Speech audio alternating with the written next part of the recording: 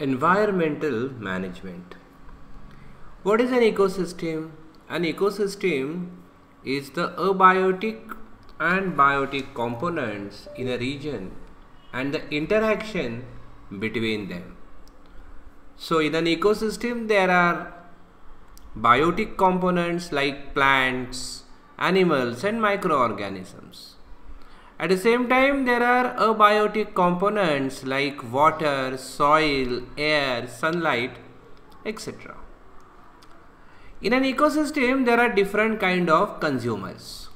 There are primary consumers, secondary consumers, tertiary consumers.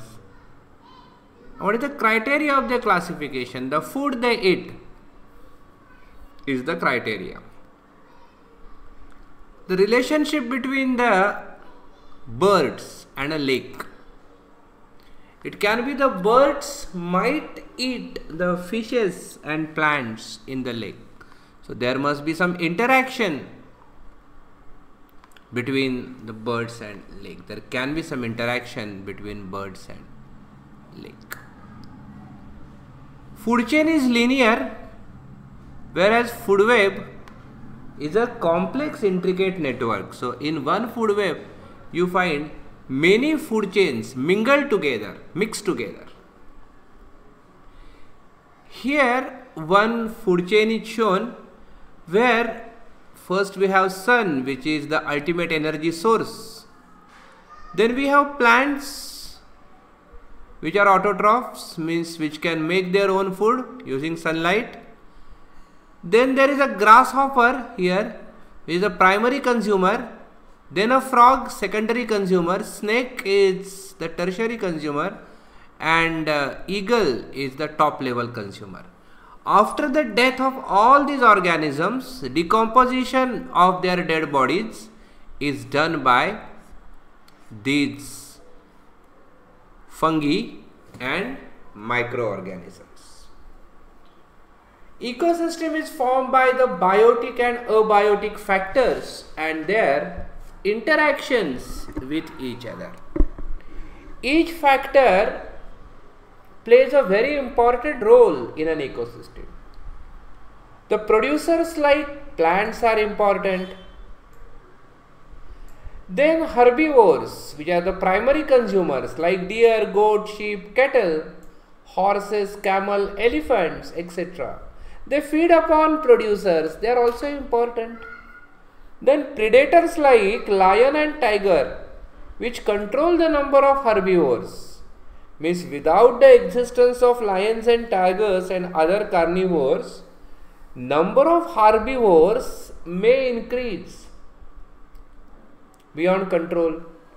So, to prevent the overpopulation of herbivores, carnivores are also necessary.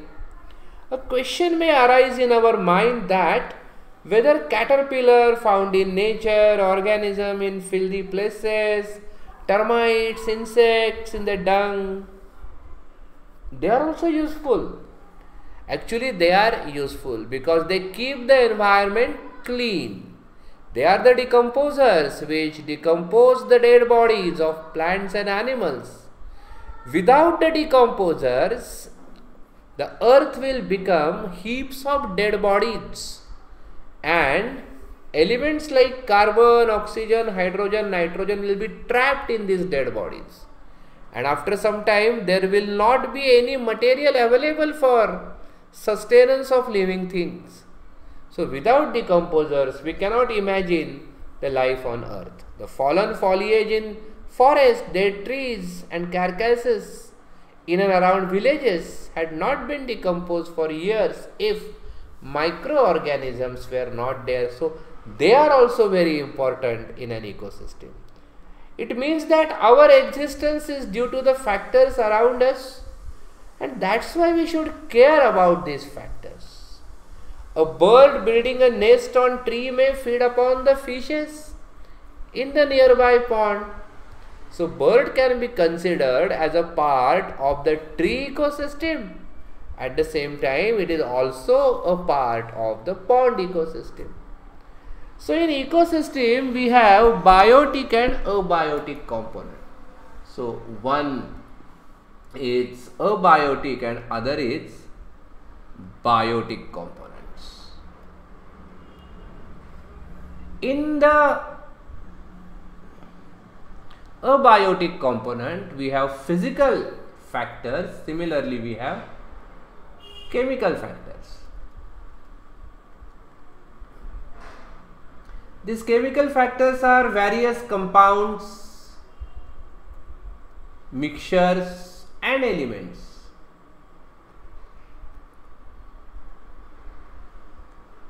Compounds, mixtures and elements. In that there are inorganic substances like hydrogen, oxygen, nitrogen, calcium ions, sodium, potassium. Also we have organic substances like proteins, carbohydrates and fats. So these are the abiotic components of an ecosystem. In the biotic we have autotrophic and other is heterotrophic. In autotrophic there are producers which are the plants, green plants, algae. In animals we have different type of consumers. And we have primary consumers which are herbivores. We have secondary consumer, that is small carnivores. Also we have tertiary or top level consumers. In decomposers we have fungi and microorganisms. So these are the biotic components of an ecosystem.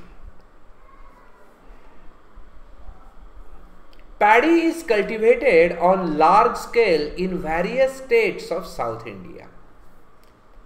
Paddy fields are frequently attacked by the grasshoppers. Similarly, frogs are also present in large number in the mud of the paddy fields. To feed upon grasshopper, snakes are also present therein to feed upon their favorite food, frogs. So here you find a food chain in which the paddy plants are the producers, grasshoppers are the primary consumers, then the frogs are secondary consumers and snakes are tertiary or top level consumers. Now in this food chain, if frog population declines, then what will happen? If by some reason the frog population decline, that means there are less number of frogs in that ecosystem, then what will happen? What will happen on the paddy crop? Now see what will happen. If the frog population is declined, the grasshopper population will increase, because the frogs are responsible for controlling the number of the grasshoppers. If there are no frogs which are limiting the number of grasshoppers, grasshoppers will become unlimited in number. There are large number of grasshoppers will survive there, and this grasshopper will attack the paddy fields, and then the paddy production will decline. So if the frog population declines, its indirect effect is that the paddy field will also get affected and rice production will decline. Number of which consumer will decline? If the frog population declines, number of snake will go down, because snake eat frog. So the frogs was the food of snakes, and without that food, number of snake will decrease. But the number of grasshoppers will increase in absence of frogs. Then its effect will be the number of organisms at each trophic level will become unstable, because at first number of grasshoppers will increase because the frogs are lesser in number, but after some time the life cycle of the paddy field will also be disturbed. and the grasshopper will not get enough food. Hence, the number of grasshopper will also ultimately decline after some time. Number of snake will also decline because the frogs are not available as their food. So entire ecosystem will collapse. Entire ecosystem will be affected by the decline in the frog population. Relationship between environment and ecosystem. Environment is a broad concept. Physical, chemical, biological factors affecting the living organism in any possible way is collectively called as environment. In short, environment is the condition in surrounding. Environment may include the biotic and abiotic factors, natural and artificial factors. Two main factors of environment are natural environment and artificial, that means man-made environment. Natural environment consists of air, atmosphere, water, land, living organisms. Continuous interaction occurs between the biotic and abiotic factors. Their interactions are very important. Artificial environment is also affecting natural environment directly or indirectly. Basically, environment consists of the biotic factors and abiotic factors. The science that deals with study of interactions between biotic and abiotic factors of the environment is called ecology. Basic functional unit used to study the ecology is ecosystem. Environment consists of many ecosystems. A small pond can be considered as an ecosystem. At the same time, the entire earth is also an ecosystem. In brief, biotic and abiotic factors occupying a definite geographical area and their interactions is called an ecosystem.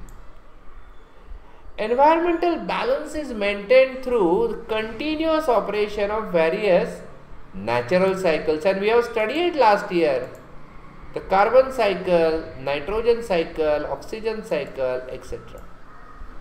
Environmental balance is also maintained due to various food chains of ecosystem.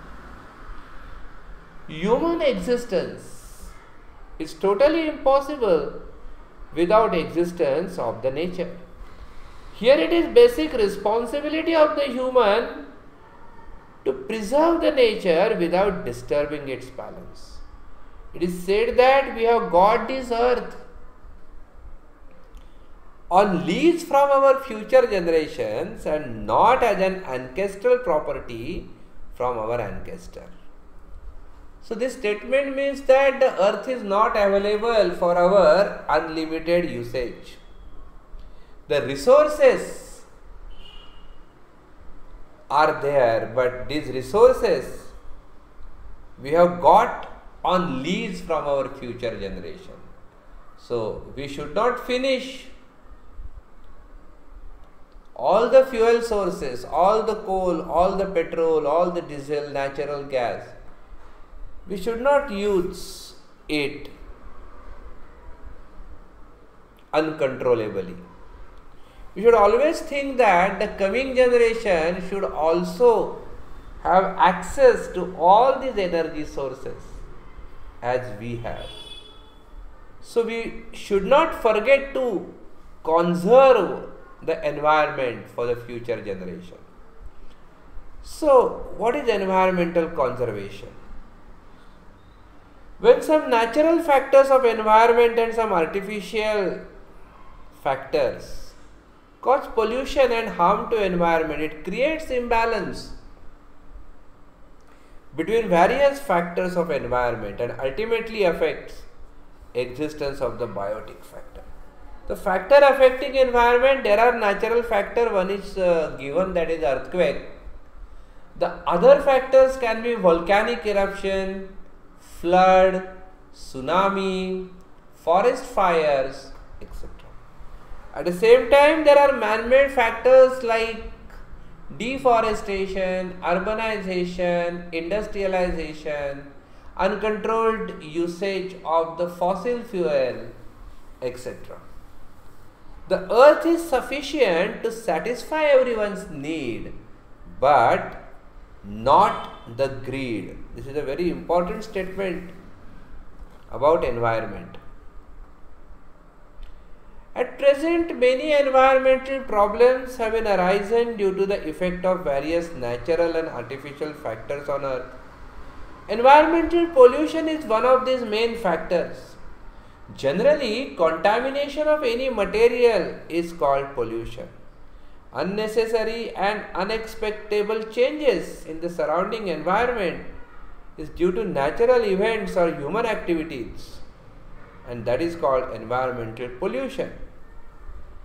Direct, indirect changes in physical, chemical, biological properties of air, water and soil, which will be harmful to human and other living beings, is called environmental pollution. Various reactions like population explosion, fast industrialization and indiscriminate use of natural resources, deforestation, then unplanned urbanization are all responsible for environmental pollution. Pollution is also a broad concept. Various types of pollutant like air, water, sound, soil, thermal, light are present. Ultimately, adverse effect of all this is on existence of our living organism, and out of this, environmental conservation has become need of the hour.